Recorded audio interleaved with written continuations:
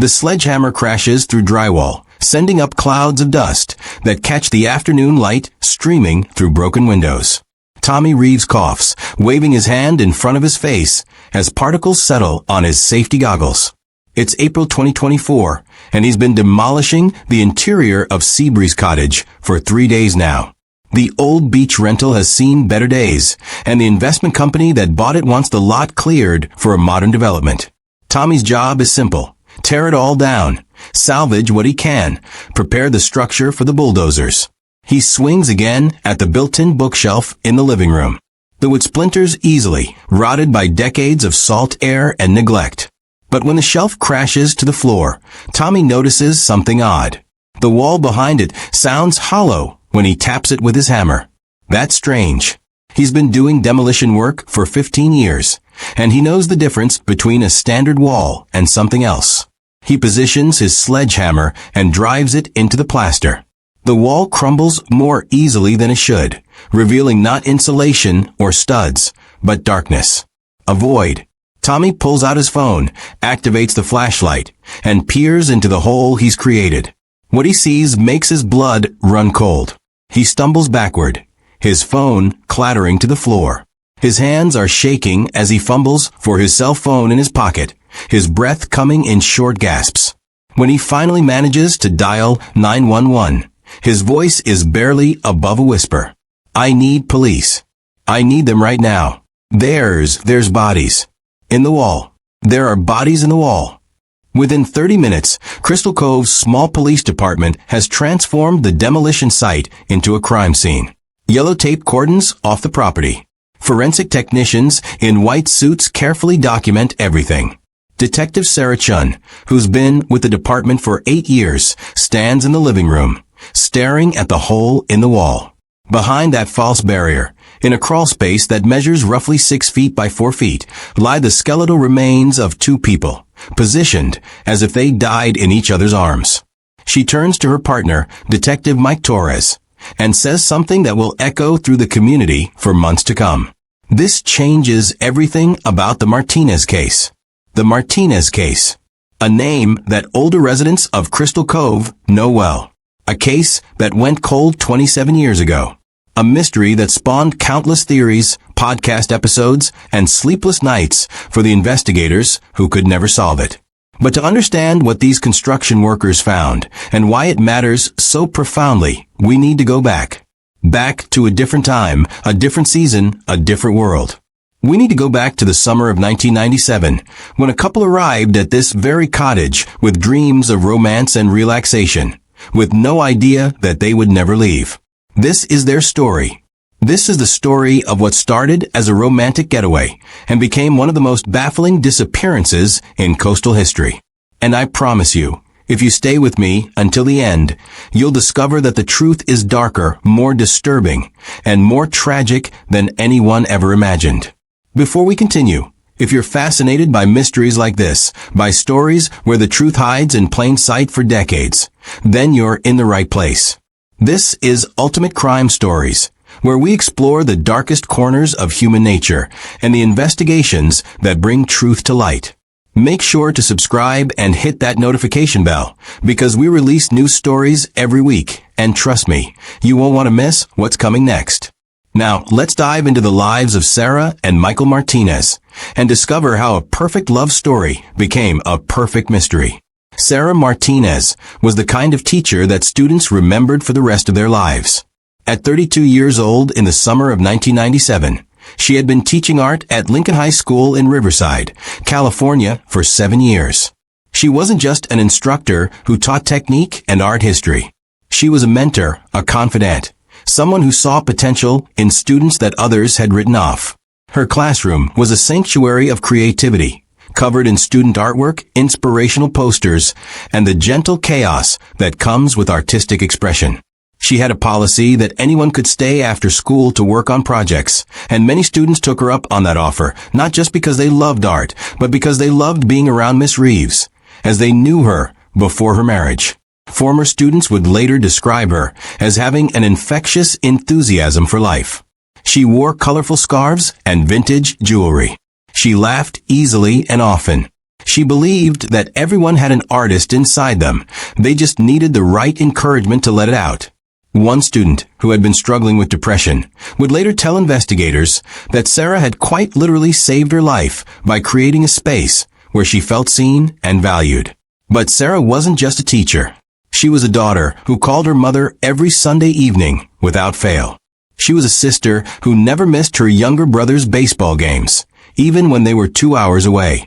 She was a friend who organized elaborate birthday surprises and remembered everyone's coffee order.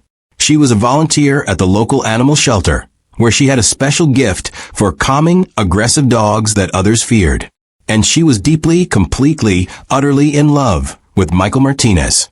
Michael was 34 years old that summer, a software engineer at a telecommunications company that was riding the wave of the dot-com boom.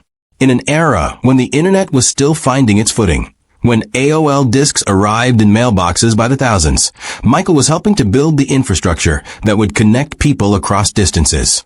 But despite working in cutting-edge technology, Michael was old-fashioned in the ways that mattered. He believed in handwritten thank you notes. He brought flowers home for no reason other than it was Tuesday.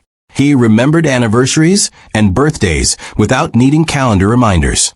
His coworkers described him as the guy who always had time to help debug your code, who brought homemade cookies to share because his wife had baked them the night before, who talked about Sarah with a smile that never seemed to fade.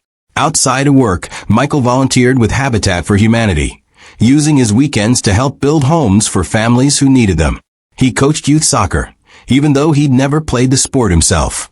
He was the kind of person who noticed when his elderly neighbor's lawn needed mowing and simply took care of it without being asked. He was quiet about his kindness, never seeking recognition or praise, just doing what he believed was right.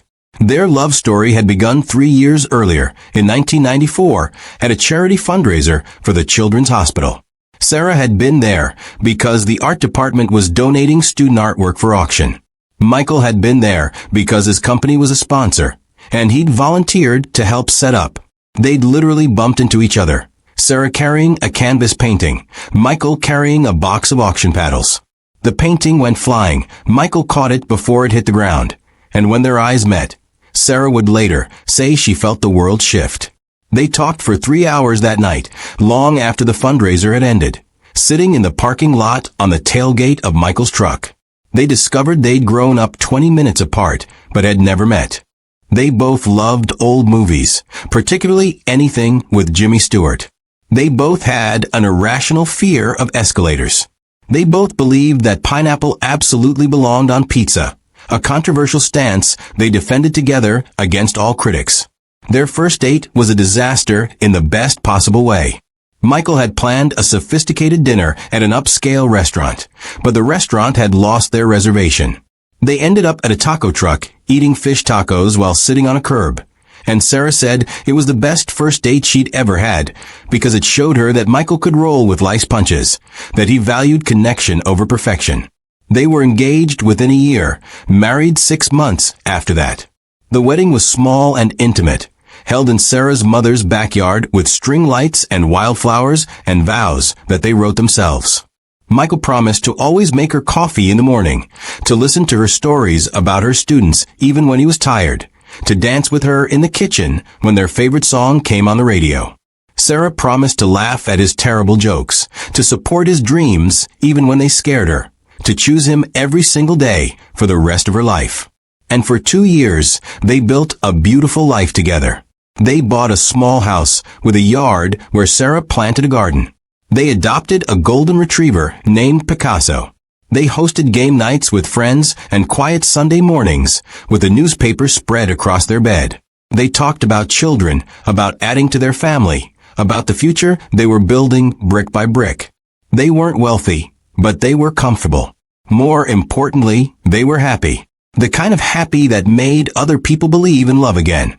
The kind of happy that seemed unshakable. Which is why, when July 1997 rolled around, they decided to celebrate their second anniversary with something special. Michael had been working overtime for months on a major project, and Sarah had just finished a grueling school year. They needed time away, time to reconnect, Time to simply be together without the demands of daily life pulling them in different directions. Sarah spent weeks researching the perfect destination. She wanted somewhere beautiful, but not too crowded, romantic, but not pretentious, affordable, but still special. She scrolled through travel magazines and asked friends for recommendations. She wanted everything to be perfect. Then she found it. Seabreeze Cottage. A small beach rental in Crystal Cove, a quiet coastal town about 4 hours north of their home in Riverside. The listing showed a charming one-bedroom cottage just steps from the beach, with a wraparound porch, vintage furniture, and panoramic ocean views. The owner, Gerald Hutchins, described it as a hidden gem, perfect for couples seeking privacy and tranquility. The price was right. The photos were beautiful. The reviews were glowing. Sarah called Michael at work, barely able to contain her excitement. Could they afford it? Could he get the time off? Could this really be their anniversary trip? Michael didn't hesitate. He told her to book it immediately. Whatever she wanted, wherever she wanted to go, he was in. Because seeing her happy was worth more than any amount of money in the world. Sarah booked Seabreeze Cottage for a week, from July 12th through July 19th, 1997. She marked the dates on their kitchen calendar with hearts and exclamation points. She started a packing list, adding to it daily. She bought a new swimsuit and a romance novel to read on the beach. She picked up Michael's favorite snacks for the drive and made a playlist of songs for the road trip. Her best friend, Jennifer Walsh, would later tell police that Sarah couldn't stop talking about the trip. Every conversation somehow circled back to the cottage, to the beach, to the week of romance and relaxation that awaited them. Jennifer had never seen her friends so excited about anything. Michael was equally enthusiastic, though he expressed it differently. He got their car serviced to make sure it was road ready. He researched restaurants in Crystal Cove, making reservations at the most romantic spots. He bought a new camera, an expensive 35mm that he wanted to use to document their trip. He even bought a journal, planning to write down their favorite moments, creating a keepsake they could look back on years later. His brother, David Martinez, remembered Michael calling him the night before they left. Michael had been almost giddy, talking about how this was going to be like a second honeymoon, how he planned to spoil Sarah rotten, how they both deserved this break from reality. David had teased him about being a hopeless romantic, and Michael had laughed and said guilty as charged. On the morning of July 12, 1997, Sarah and Michael loaded up their car with luggage, beach supplies, and enough enthusiasm to power a small city. They said goodbye to their dog, who would be staying with Sarah's mother. They locked up their house. They backed out of their driveway as the sun was just beginning to rise, ready to start their adventure. The drive to Crystal Cove took them along the Pacific Coast Highway, one of the most beautiful stretches of road in California. They stopped at scenic overlooks to take pictures. They sang along to the radio. They talked about their dreams for the future, about maybe starting a family soon, about maybe taking a bigger trip next year, to Europe perhaps, or maybe Hawaii. They arrived at Seabreeze Cottage around 2 in the afternoon. The cottage was exactly as advertised, a quaint structure with weathered blue shutters and a porch that overlooked the ocean. Sarah squealed with delight when she saw it. This was perfect. This was exactly what she'd imagined. Gerald Hutchins met them at the property to hand over the keys. He was a friendly man in his late 50s, chatty and welcoming. He showed them around the cottage, pointing out the quirks of the old building. The shower took a minute to get hot. The bedroom window stuck sometimes. The floorboards creaked near the kitchen. But it had character, he assured them, and the view made up for any minor inconveniences. He gave them his phone number in case they needed anything, reminded them that checkout was at 11 a.m. on the 19th, and then left them to settle in. Sarah and Michael carried their bags inside, exploring their home for the next week with the excitement of children. The cottage was cozy and charming. The living room had a stone fireplace and bookshelves filled with old paperbacks. The kitchen was small but well equipped. The bedroom had a 4-poster bed with a quilt that looked handmade. And everywhere, through every window, was the ocean, vast and blue and peaceful. They unpacked quickly, changed into beach clothes, and spent the rest of the afternoon walking along the shore, collecting shells, letting the waves wash over their feet. Sarah took dozens of photos with Michael's new camera. Michael surprised her with a bottle of champagne he'd hidden in his suitcase, and they toasted to their anniversary, to their love, to this perfect moment in this perfect place. That evening, they cooked dinner together in the cottage's small kitchen, pasta with fresh vegetables they'd picked up on the drive. They ate on the porch as the sun set, painting the sky in shades of orange and pink and purple. They talked about nothing and everything. They were completely, blissfully content. Over the next 2 days, they fell into an easy rhythm. They woke late, made breakfast together, spent hours on the beach. They explored the small town of Crystal Cove, browsing antique shops and art galleries. They had lunch at a cafe overlooking the water. They returned to the cottage for lazy afternoons, reading books and napping in the sea breeze.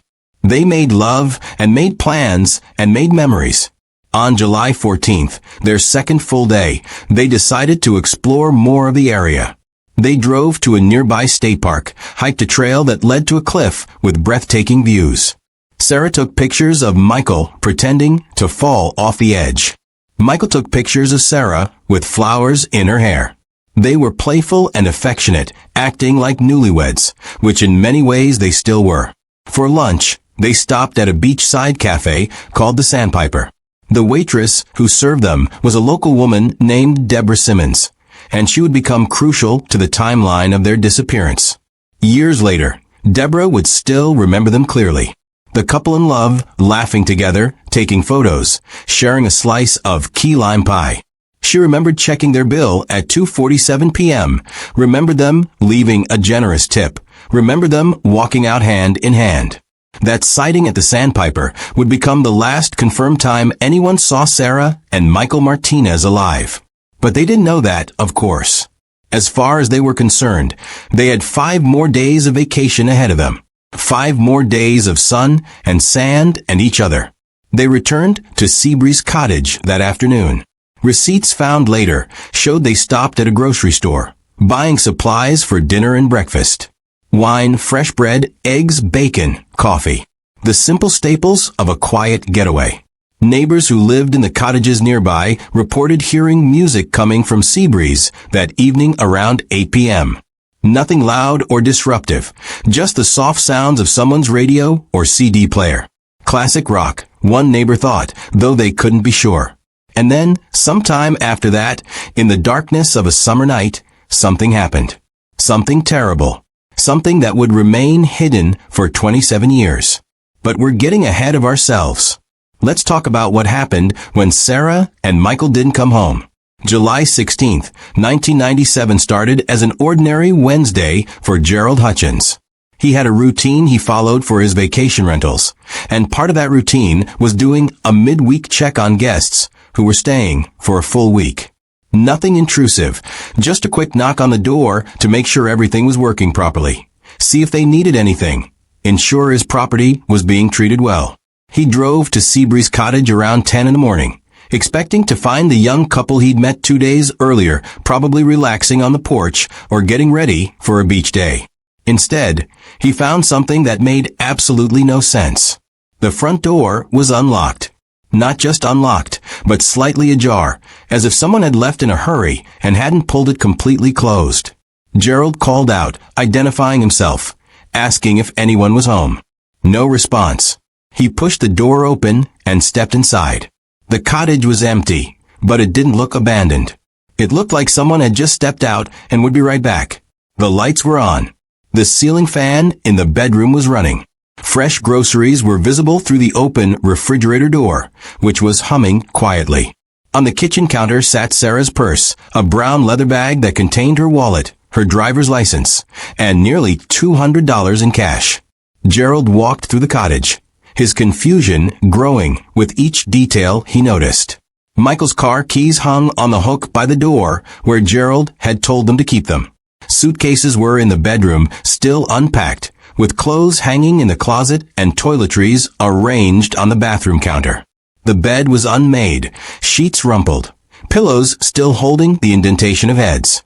In the kitchen sink sat 2 plates, 2 forks, remnants of what looked like breakfast.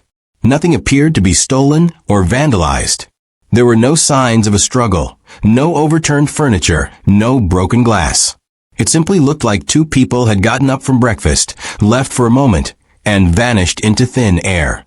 But there were odd details that nagged at Gerald. Where were the beach towels? He provided 2 sets with each rental, and he couldn't find them anywhere. And more strangely, where were the guests? It was a Wednesday morning. Their car was still parked outside. Their belongings were all here. Where could they possibly be without their car, their money, their identification?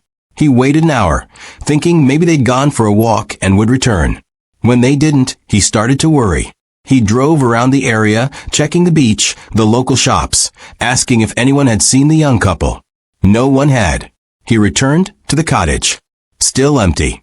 Still looking like its occupants had simply evaporated.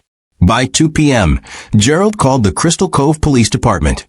He explained the situation, his voice uncertain. He wasn't sure if he was overreacting. Maybe the couple had gone on a hike. Maybe they'd catch a ride into town with someone. But something felt wrong, and he couldn't shake the feeling. Officer Brandon Mills responded to the call. He was young, only 2 years on the force, and at first he approached the situation as a probable misunderstanding. People don't just disappear. There had to be a logical explanation. But when he arrived at Seabreeze Cottage and saw what Gerald had described, his casual confidence evaporated. This wasn't normal. This was deeply, profoundly strange. He radioed for backup and began to search the cottage more thoroughly. In the bedroom, he found Michael's glasses on the nightstand, thick prescription lenses that suggested Michael was severely nearsighted. Next to the glasses was a bottle of medication prescribed to Sarah, an anti-anxiety medication that she took daily. The prescription label showed it had been filled just before their trip, with clear instructions to take 1 pill every morning. Officer Mills knew enough to understand that someone who needed glasses to see and medication to function wouldn't willingly leave both behind. Not for a walk. Not for any reason that made sense. He found Michael's wallet missing, but Sarah's purse containing her wallet right there on the counter. The car keys were present, but where was Michael's wallet? That detail stuck with him, though he didn't yet understand its significance. He checked the camera, the expensive 35mm that Michael had been so excited about. It was sitting on the dresser, with a partially used roll of film inside. Whatever photos they'd taken remained undeveloped, frozen in time, waiting to tell a story that might never be heard. By evening, the Crystal Cove Police Department had officially opened a missing persons investigation. Sarah and Michael Martinez were now classified as missing and potentially endangered. Their families were contacted, and the nightmare truly began. Sarah's mother, Patricia Reeves, received the call around 6 p.m. She was making dinner when the phone rang, expecting it to be Sarah with her usual Wednesday evening check-in. Instead, it was a police officer telling her that her daughter and son-in-law had disappeared from their vacation rental. And did she have any information about their plans or whereabouts? Patricia's knees buckled. She had to sit down. This couldn't be real. She just talked to Sarah 3 days ago. Sarah had been so happy, so excited. This had to be a mistake. There had to be an explanation. But as the officer described the scene at the cottage, Patricia's maternal instincts screamed that something was terribly wrong. Sarah would never leave her medication behind. Never. She'd struggled with anxiety since college, and she was religious about taking her pills. And Michael without his glasses? Impossible. He literally couldn't function without them. Within hours, both families had dropped everything and were driving to Crystal Cove.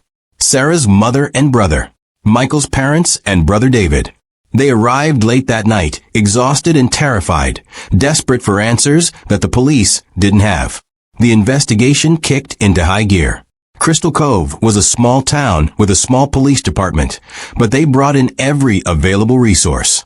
Detective Raymond Foster, a 15-year veteran known for his methodical approach to investigations, took lead on the case. Detective Foster was 52 years old, graying at the temples, with eyes that had seen too much tragedy. But he prided himself on solving cases, on bringing families closure, on finding truth even when it hurt. When he first walked through Seabreeze Cottage on the morning of July 17th, he knew immediately that this case was going to haunt him. The scene was too perfect and too wrong at the same time. Everything was there except the people. It was like a photograph with the subjects erased, leaving only the background.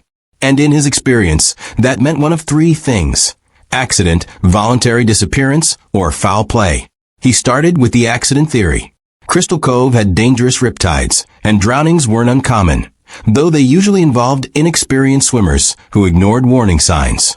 Could Sarah and Michael have gone for a late-night swim and been pulled out to sea? He organized search teams immediately. Volunteers combed the beaches for miles in both directions, looking for any sign of the missing couple. Bodies washed ashore. Beach towels left behind. Clothing. Anything. The Coast Guard deployed boats, searching the waters. Divers went down in areas known for dangerous currents. Days passed. Nothing was found. Not a single trace. The ocean theory had other problems too. The missing beach towels suggested they might have gone to the beach, but no one had seen them there on the 14th or 15th. And would they really go swimming at night without telling anyone, without leaving a note, without taking basic safety precautions? It seemed unlikely for a responsible couple like Sarah and Michael. Detective Foster moved to the second theory: voluntary disappearance. Could they have run away together? Staged their own disappearance to start a new life? He dove deep into their backgrounds, looking for motives. Financial problems? None. Both had stable incomes and modest savings. No significant debts beyond mortgage. Credit cards showed normal spending patterns with no large cash advances. Bank accounts showed no suspicious activity in the months leading up to their disappearance. Marital problems? Everyone they interviewed, from family to friends to coworkers, said the same thing. Sarah and Michael were happier than any couple they knew. No affairs, no arguments, no signs of trouble. Their relationship seemed genuinely solid. Legal trouble? Criminal history? Nothing. Both had clean records, not even a speeding ticket. No lawsuits, no angry ex-partners, no gambling debts, no drug problems. They were, by all accounts, exactly who they appeared to be. Good people living good lives. The voluntary disappearance theory collapsed under scrutiny. There was simply no motive, no means, no opportunity. And leaving behind medication, glasses, money, and identification made no sense for people planning to start over. Which left Detective Foster with the third and most troubling theory: foul play. Someone had done something to Sarah and Michael Martinez. Someone had made them disappear. But who? And why? The cottage itself yielded frustratingly few clues. A forensics team processed the entire scene, dusting for fingerprints, looking for signs of struggle, collecting any potential evidence. They found fingerprints belonging to Sarah, Michael, and Gerald Hutchins, which made sense. They found no blood evidence, no signs of forced entry, no indication that a violent confrontation had occurred. But absence of evidence isn't evidence of absence. Detective Foster knew that smart criminals could clean scenes, could remove traces of their presence. And the fact that everything was left behind, staged to look like a normal morning, suggested someone had taken time to arrange things carefully. He began building a list of suspects, starting with the most obvious. Gerald Hutchins, the property owner, came first. He had access to the cottage. He knew when the Martinezes would be there. He'd met them, knew they were alone. Could he have a motive? Detective Foster investigated thoroughly. Gerald was 58 years old, married for 30 years, with 2 adult children. He owned 3 vacation rentals along the coast, his primary source of income since retiring from a career in banking. He had no criminal record, no history of violence, no complaints from previous renters. Financial investigation showed he was struggling somewhat. The rental business had ups and downs, and he was behind on the mortgage for one of his properties. But that didn't connect to the Martinezes. They'd already paid in full for their week. Killing them gained him nothing financially. More importantly, Gerald had an airtight alibi. On July 14th and 15th, the days when Sarah and Michael likely disappeared, Gerald had been 3 hours away visiting his daughter and her new baby. Phone records confirmed he'd called from her house. His daughter, son-in-law, and neighbors all confirmed his presence. Credit card receipts placed him at restaurants in that city. Security footage from a grocery store showed him shopping there on the morning of the 15th. There was no way Gerald Hutchins could have been in Crystal Cove when the Martinezes vanished. He was cleared as a suspect. But that didn't mean the cottage itself wasn't relevant. Detective Foster interviewed neighbors, people who lived in the other rentals and permanent residences near Seabreeze. Most remembered very little. It was summer. People came and went. No one paid much attention to tourists, except for one man. Thomas Whitaker, a local fisherman in his mid-40s, lived in a small house about 200 yards from Seabreeze Cottage. He was known in town as a bit of an odd character, kept to himself mostly. Some people found him creepy, though no one could articulate exactly why. When Detective Foster interviewed him, Whitaker was nervous, evasive. He claimed he hadn't seen or heard anything unusual, hadn't noticed the young couple at all. But his body language told a different story. He was sweating despite the cool coastal breeze. His eyes darted around. He fidgeted constantly. Foster pushed harder. Had Whitaker been on the beach on the night of the 14th or 15th? Well, yes, he often fished at night. Did he walk past Seabreeze Cottage? Sometimes, maybe. Did he see lights on? He couldn't remember.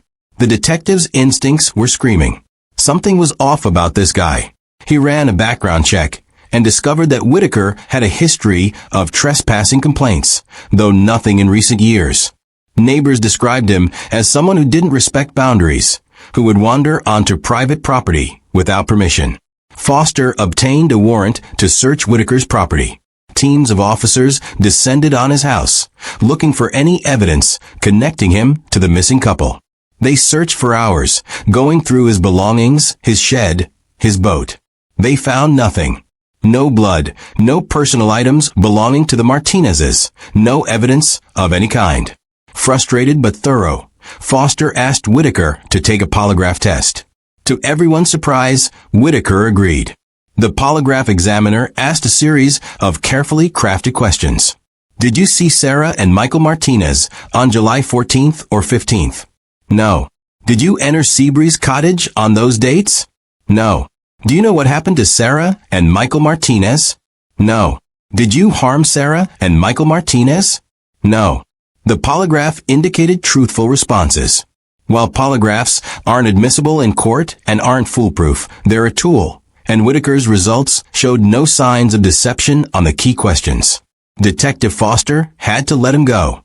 Whitaker remained a person of interest, someone whose behavior was suspicious enough to warrant continued attention, but there was no evidence to charge him with anything. The investigation expanded to Sarah's past. Did she have any ex-boyfriends who might harbor resentment? Any former students who became obsessed? Anyone from her life who might have followed her to Crystal Cove? Friends mentioned that Sarah had dated someone seriously in college, a guy named Daniel Reeves. The relationship had ended badly in 1992, about 5 years before her marriage to Michael. Daniel had struggled to accept the breakup, had called repeatedly, had shown up at her apartment uninvited.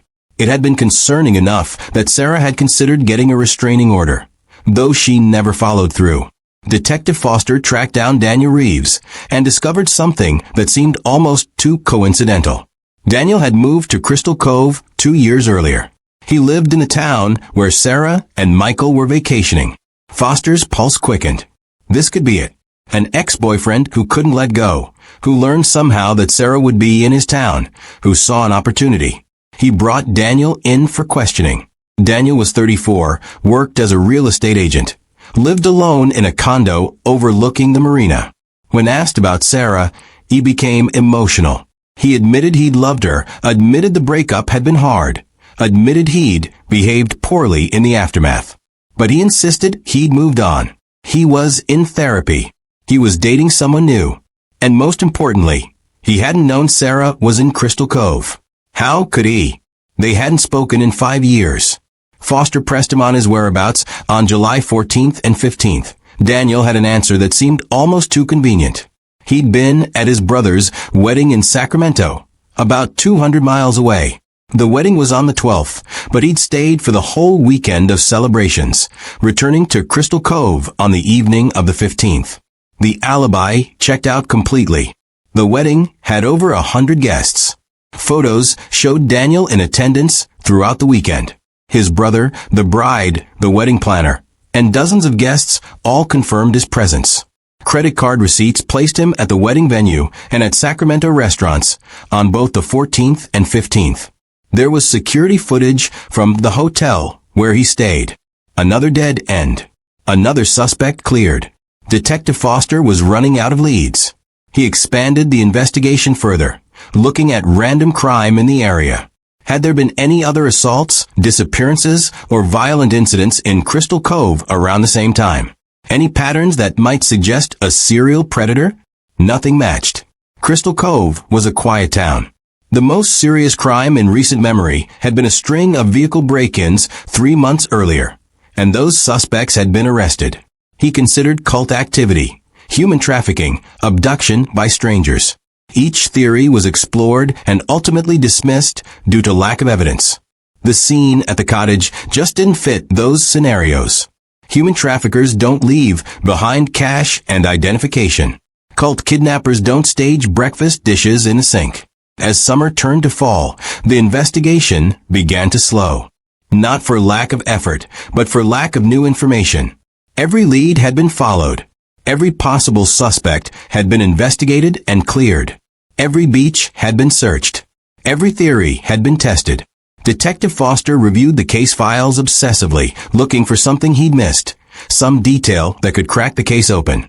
But the evidence, or lack thereof, always led to the same frustrating conclusion. Sarah and Michael Martinez had disappeared without a trace, without motive, without explanation. The families were devastated. Patricia Reeves, Sarah's mother, couldn't accept that her daughter was gone. She organized search parties every weekend, walking miles of beach and forest, calling Sarah's name until her voice was hoarse. She printed thousands of flyers with Sarah and Michael's photos, distributing them throughout California. She appeared on local news programs, pleading for information, begging anyone who knew anything to come forward. Michael's parents were equally destroyed. His father, a stoic man who rarely showed emotion, broke down crying during a press conference, asking whoever had taken his son to please let him come home. David Martinez, Michael's brother, quit his job and moved to Crystal Cove, determined to find answers. He interviewed locals, retraced his brother's steps, refused to give up. But as weeks turned to months, hope began to fade. The harsh reality was setting in. Sarah and Michael were almost certainly dead. No one survives months without identification, money, or medication. No one stays hidden that long if they're alive and well. By December 1997, 6 months after the disappearance, the case was officially classified as cold. Active investigation stopped, though the files remained open. Detective Foster moved on to other cases, but he never stopped thinking about the young couple who vanished from Seabreeze Cottage. It haunted him. It would haunt him for the rest of his career. The years passed with cruel indifference. Life continued for everyone except Sarah and Michael and their families, frozen in time by tragedy and uncertainty. In 1998, on the first anniversary of the disappearance, Patricia Reeves organized a vigil on the beach near Seabreeze Cottage. Hundreds of people attended, holding candles, sharing memories, refusing to let Sarah and Michael be forgotten. Local news covered the event. Patricia gave an interview, her voice steady despite her pain, saying that she would never stop looking, never stop hoping, never stop fighting for her daughter. But hope is exhausting. Hope requires fuel, and as time passed, that fuel became harder to find. There were occasional false leads that would reignite the investigation briefly. In 1999, a woman in Arizona called police claiming she'd seen Sarah working at a diner. Investigators followed up. It wasn't Sarah. The woman looked similar, but that was all. In 2001, a hiker in Oregon claimed to have found personal items in a remote forest that could belong to the Martinezes. A team searched the area. The items belonged to different people entirely. The internet emerged as a powerful tool in the early 2000s, and the Martinez case found new life online.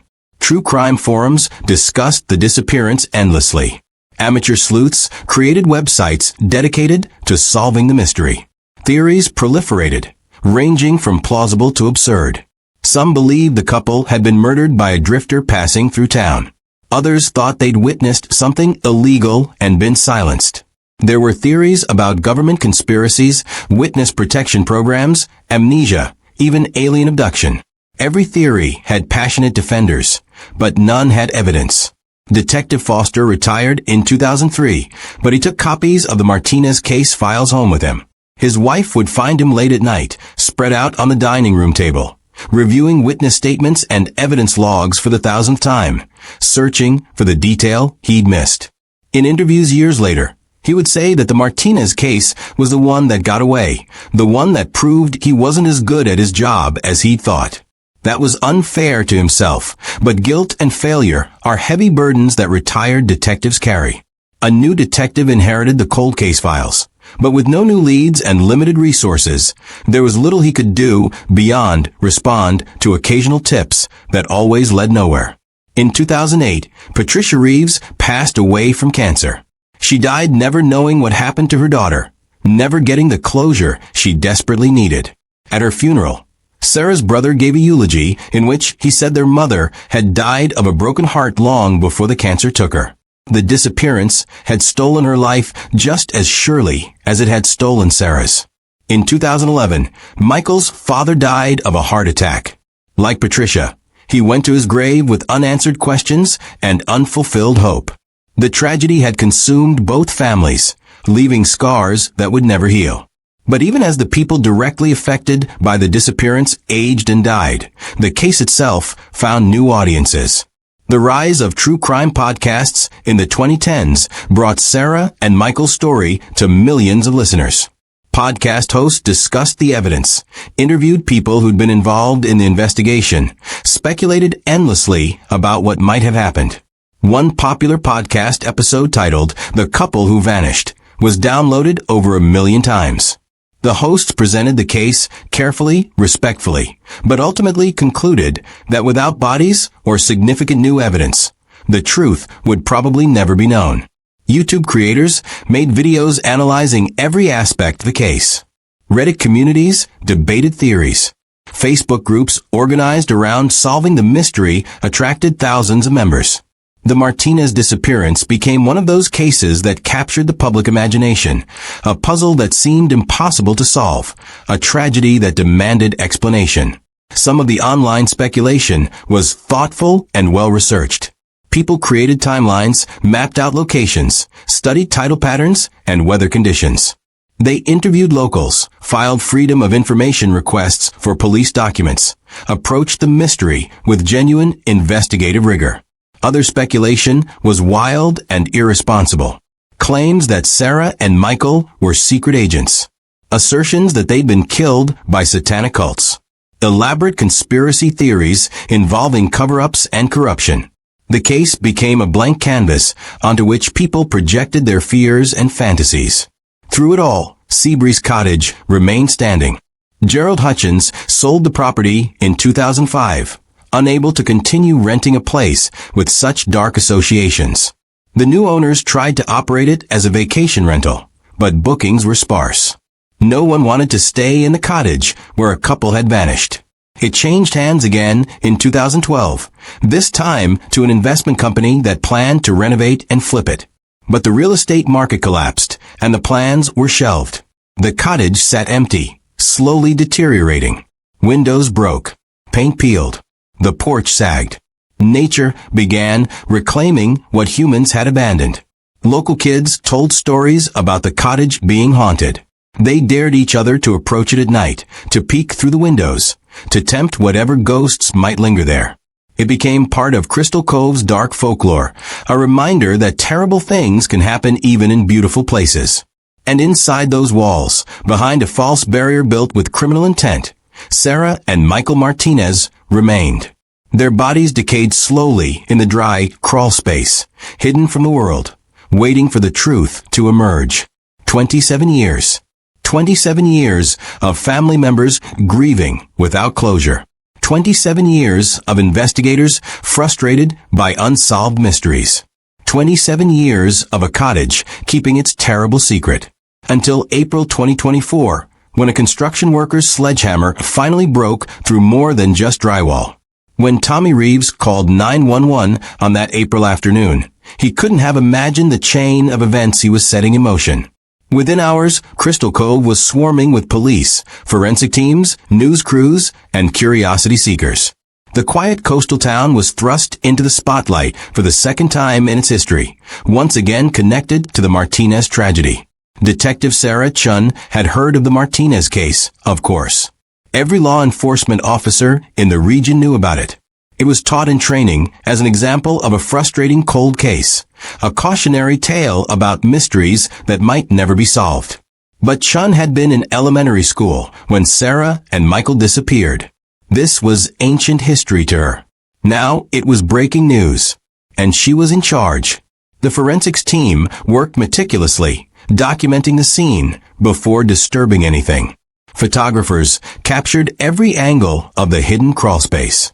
Measurements were taken. The false wall itself was examined for construction details. And then carefully, respectfully, the remains were removed. 2 skeletons, positioned in a way that suggested they died embracing each other, or perhaps one had been trying to protect the other. Even in death, even after decades, their final moments told a story of fear and love intertwined. The remains were transported to the county medical examiner's office. Dr. Patricia Huang, the chief medical examiner, had seen terrible things in her career, but there was something particularly heartbreaking about these bodies. These weren't victims of natural causes or accidents. These were people who'd been murdered and hidden, their families left to suffer in ignorance for nearly 3 decades. Dr. Huang began her examination with the solemnity the moment deserved. The skeletons were largely intact, protected by the dry environment of the crawlspace. Clothing fragments clung to the bones, including what appeared to be a nightgown and men's pajama pants. This suggested they'd been killed at night, probably while sleeping or shortly after waking. Dental records were requested from the Martinez family dentist. Within 48 hours, the confirmation came. These were definitely Sarah and Michael Martinez. The couple who'd vanished in July 1997 had been found, right where they'd disappeared, hidden behind a wall in the cottage where they'd gone to celebrate their anniversary. The news hit the community like a shockwave. After 27 years of questions, there was finally an answer, though not the one anyone wanted. Sarah and Michael hadn't run away. They hadn't drowned. They hadn't started new lives somewhere far away. They'd been murdered and concealed, their bodies mere feet from where investigators had searched in 1997. Dr. Huang continued her examination, looking for cause of death. The skulls told the story. Both showed evidence of blunt force trauma. Multiple fractures to Sarah's skull suggested she'd been struck at least 3 times with a heavy object. Michael's skull showed similar damage, along with fractures to his arm bones consistent with defensive wounds. He tried to fight back, tried to protect himself or Sarah, but had been overpowered. The attack had been brutal and personal. This wasn't a shooting from a distance or a quick poisoning. Someone had beaten these 2 people to death with a weapon that was never found, probably something heavy and common, like a hammer or a crowbar. Time of death was impossible to determine precisely after so many years, but the evidence suggested it had occurred within the first few days of their stay at the cottage, consistent with when they'd been reported missing. Other evidence emerged from the examination. Sarah's left arm showed a healed fracture, likely sustained trying to defend herself. A broken watch was found among the remains, its face shattered. Hands stopped at 11:47. Whether that was AM or PM was unclear, but it provided a potential timeline. Most significantly, Dr. Huang found a wallet among Michael's remains. Not the wallet that had been looked for in 1997, but Michael's actual wallet, which had presumably been in his pants pocket when he was killed. Inside was his driver's license, credit cards, and a small business card with a phone number written on it. After 27 years, the ink had faded, but forensic analysis was able to enhance it enough to read. The phone number would prove crucial, but we'll return to that. The false wall itself became a subject of intense investigation. Construction experts examined it closely. It had been built quickly but competently, using standard materials that would have been easily available in 1997. Drywall, wooden studs, basic tools. Nothing exotic or traceable. But here was the critical detail. The construction company that currently owned the property had records. When they'd purchased the cottage in 2012, they'd obtained all previous renovation and maintenance records as part of due diligence. Those records showed that in July 1997, shortly after the Martinez's disappearance, an emergency repair had been logged. According to the paperwork, Gerald Hutchins had called a handyman on July 15, 1997, reporting water damage in the living room that needed immediate attention. The handyman had apparently built a new wall section to cover the damage, submitting a bill for materials and labor. Detective Chun pulled the records with shaking hands. July 15th, the day after Sarah and Michael were last seen alive. The day their bodies would have been fresh, needing to be hidden quickly. But Gerald Hutchins had been cleared 27 years ago. His alibi was solid. He couldn't have been in Crystal Cove on July 14th or 15th, unless someone else had used his name and access to the cottage. Chun dug deeper into the Hutchins family. Gerald was now 85 years old, in declining health, living in an assisted care facility. His wife had passed away in 2019. His daughter, the one he'd been visiting in 1997, lived in Seattle. And his son Marcus Hutchins, aged 28 in 1997, which would make him 55 now. Chun pulled Marcus's records and found immediately concerning information. Marcus had a juvenile record that had been sealed, but she obtained a warrant to unseal it. Assault charges from when he was 16. He'd beaten a classmate badly enough to hospitalize him. Anger management issues noted throughout his teenage years. She dug into his employment history. In July 1997, Marcus had been working at an auto parts store in Crystal Cove.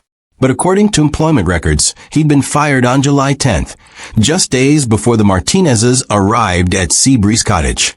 More digging revealed that Marcus had left Crystal Cove in early August 1997, just weeks after the disappearance. He'd moved to Oregon, changed his name legally to Marcus Hayes, and had been living there ever since. Detective Chen's instincts were screaming. She obtained search warrants for phone records from 1997, archived and dusty, but still accessible. And there it was. On the evening of July 14th, a call from the phone in Seabreeze Cottage to Marcus Hutchins's phone number. The call lasted 4 minutes.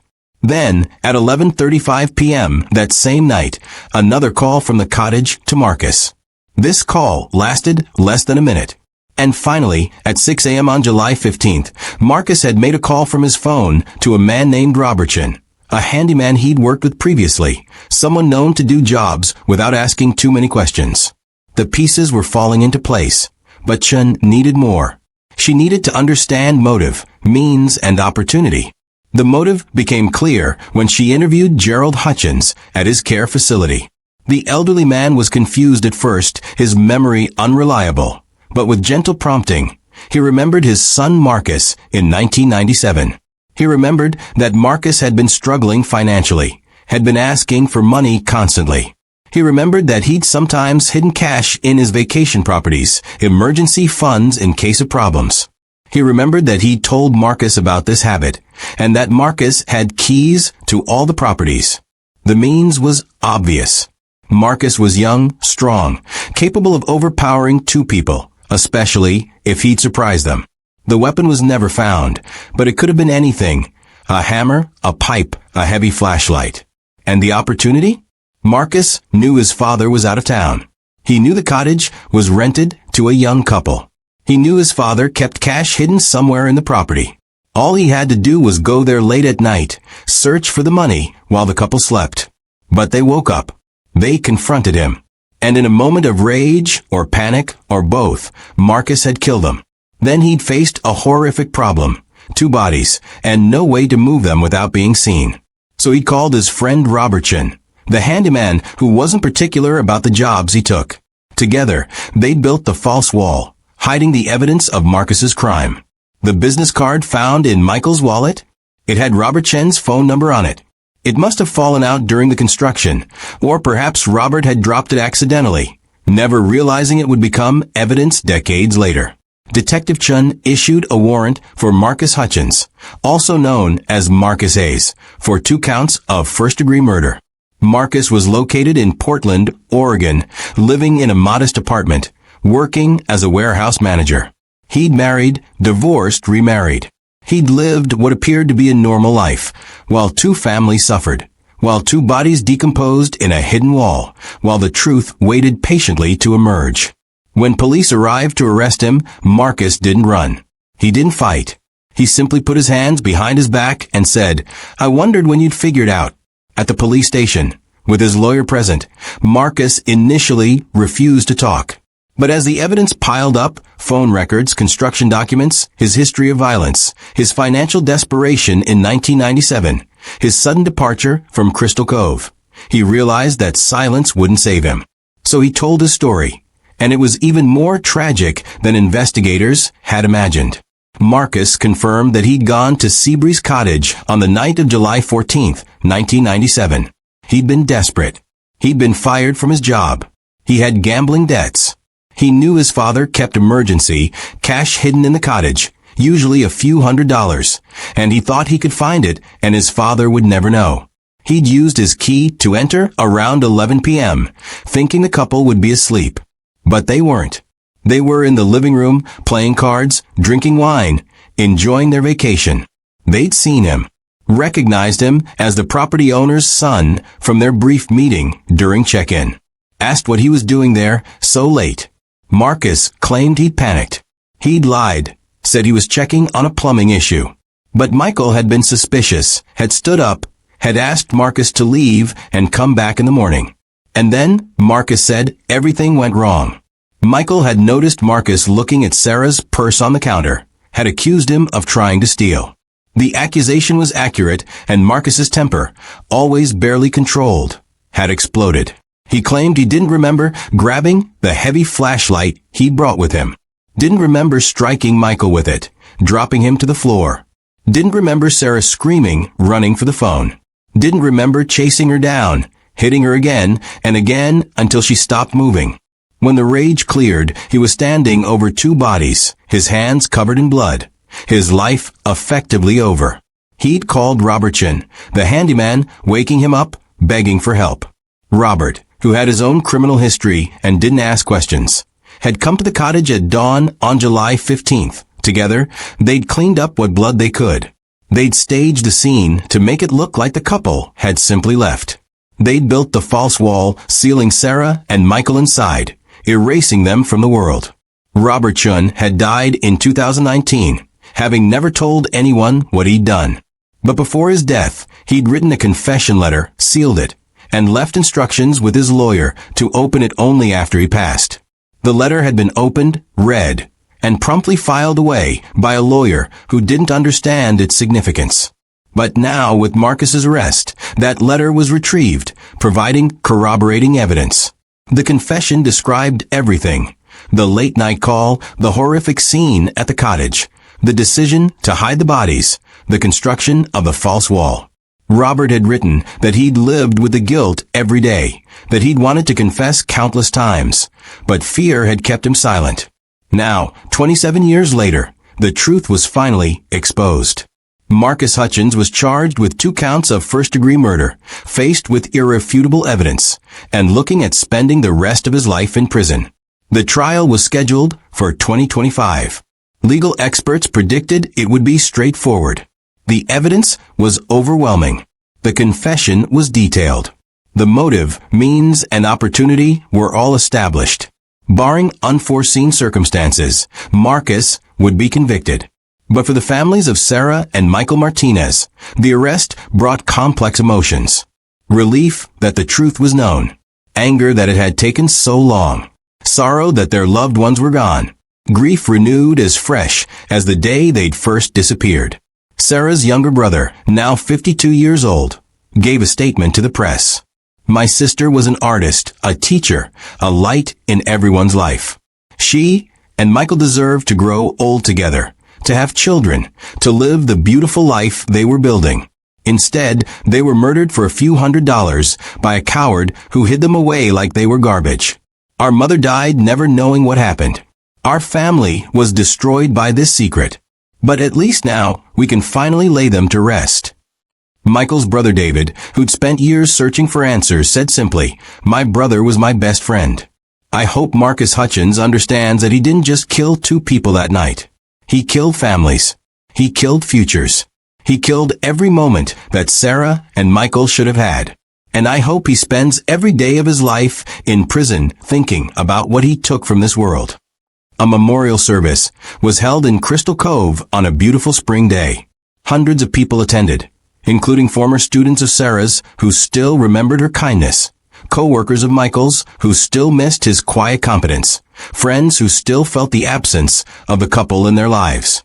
Sarah and Michael were finally laid to rest, 27 years after their murder, in a cemetery overlooking the ocean they'd loved. Their headstone bore their names, their dates of birth, and a single date of death, July 14, 1997. Below that, an inscription, "Together forever, lost to us, but never forgotten." Seabreeze Cottage, that place of hidden horrors, was demolished completely.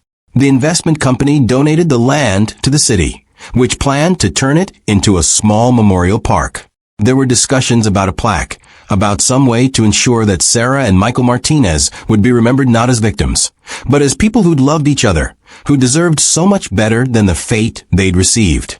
Detective Chun, in an interview after Marcus's arrest, was asked how it felt to solve a case that had haunted investigators for nearly 3 decades. She paused, choosing her words carefully. "It doesn't feel like victory," she said. "Sarah and Michael are still gone. Their families still suffered all these years. All we did was reveal the truth. But maybe truth matters. Maybe knowing is better than wondering. Maybe justice delayed is still justice." She was right, of course. The truth did matter. After 27 years of questions, of theories, of sleepless nights, and desperate searches, the families finally had answers. It didn't ease the pain. It didn't bring Sarah and Michael back. But it closed a wound that had been open for too long. As for Marcus Hutchins, he sits in a jail cell awaiting trial, his life effectively over at 55. The man who killed 2 people for money he never even found, who hid them behind a wall and went on living his life while theirs ended, who thought he'd gotten away with it, now faces the consequences of a July night in 1997. The case of Sarah and Michael Martinez is finally closed. But their story serves as a reminder of how fragile life is, how evil can hide in ordinary places, how love can endure even in death, and how the truth, no matter how long it takes, eventually emerges. They went to Seabreeze Cottage looking for a romantic getaway, a chance to celebrate their love and their marriage. Instead, they found a killer, and that cottage became their tomb. For 27 years, they waited in darkness while the world moved on without them. But they weren't forgotten. Their families never stopped looking. Investigators never stopped searching for answers. And when the truth finally came to light, when that false wall finally came down, Sarah and Michael Martinez were finally able to come home. Their story is tragic. Their ending is heartbreaking. But their love was real, and in the end, that's what we should remember. Not how they died, but how they lived. Not the darkness that consumed them, but the light they brought to the world during their time in it. Sarah Martinez was a teacher who changed lives. Michael Martinez was a kind soul who made the world better. Together, they were a couple who showed others what love looked like. And though they were stolen from this world far too soon, though they suffered a fate no one deserves, their memory lives on in the hearts of everyone who knew them. May they rest in peace. May their families find closure. And may justice, even after 27 years, finally be served. If this story moved you, if you want to hear more cases where the truth eventually emerges, no matter how long it takes, then make sure you're subscribed to Ultimate Crime Stories. We don't just tell stories of tragedy, We tell stories of truth, of justice, of families who never gave up, and of investigators who refused to let cases go cold. Hit that subscribe button, turn on notifications, and join our community of truth seekers. Because every victim deserves to have their story told, and every mystery deserves to be solved. Thank you for listening, and I'll see you in the next story.